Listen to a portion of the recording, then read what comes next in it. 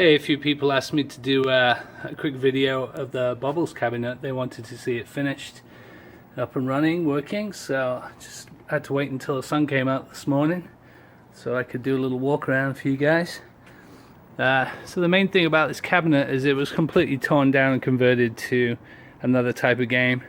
So I had to strip it all the way down to the wood and completely rebuild it. But there's a full thread over on cloth.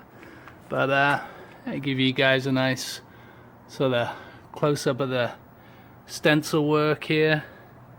First time I've done stenciling, so pretty happy with the way it came out.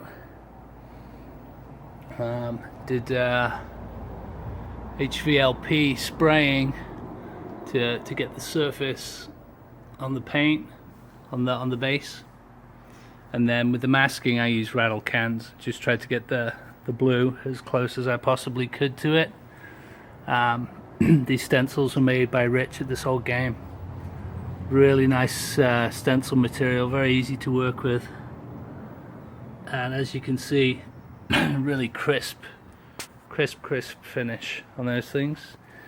The control panel, this is a NOS overlay that I managed to find, so real beautiful colors on this. Came out real nice. These are repro buttons from Arcade Shop, a repro for Joust, but certainly close enough to the original joystick here. It's the original optical 8-way joystick, and you can see there's pivots right at the top of the control panel. So there's a lot of people talking about you know, can you use an 8-way versus the original optical? And yes, you can absolutely use an 8-way and the game will probably play perfectly fine. But if you were always used to using this stick, say back in the day, you know, if you were a bit of a god at bubbles, then an 8-way is going to feel very different, because you see this stick pivots right on top of the panel. And if you were to put an 8-way in, this is like a 3/4 inch panel. So the pivot point would be 3/4 of an inch or maybe an inch lower than this, and so the travel of the ball at the top would be much further, just because of the lever, the distance.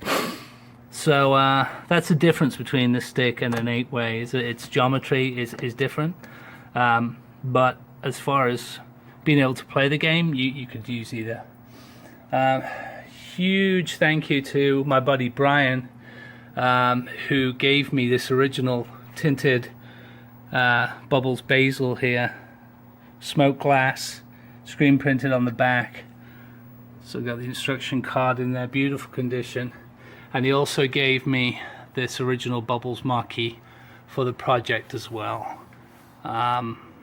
It's so nice when it's such a compliment when people come to you and they say, look, I want to give you this piece.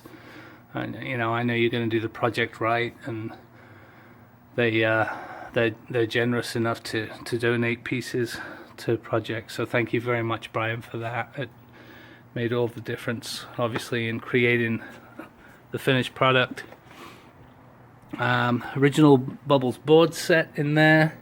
Took me a while to get the sound working, but it works well now. Sounds good. And just such a super fun game. My wife came and played it for the first time the other night, and she got addicted to it straight away.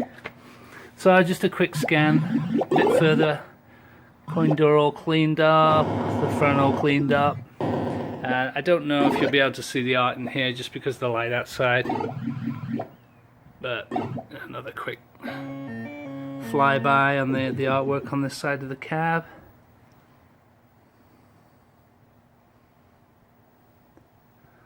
So there you go.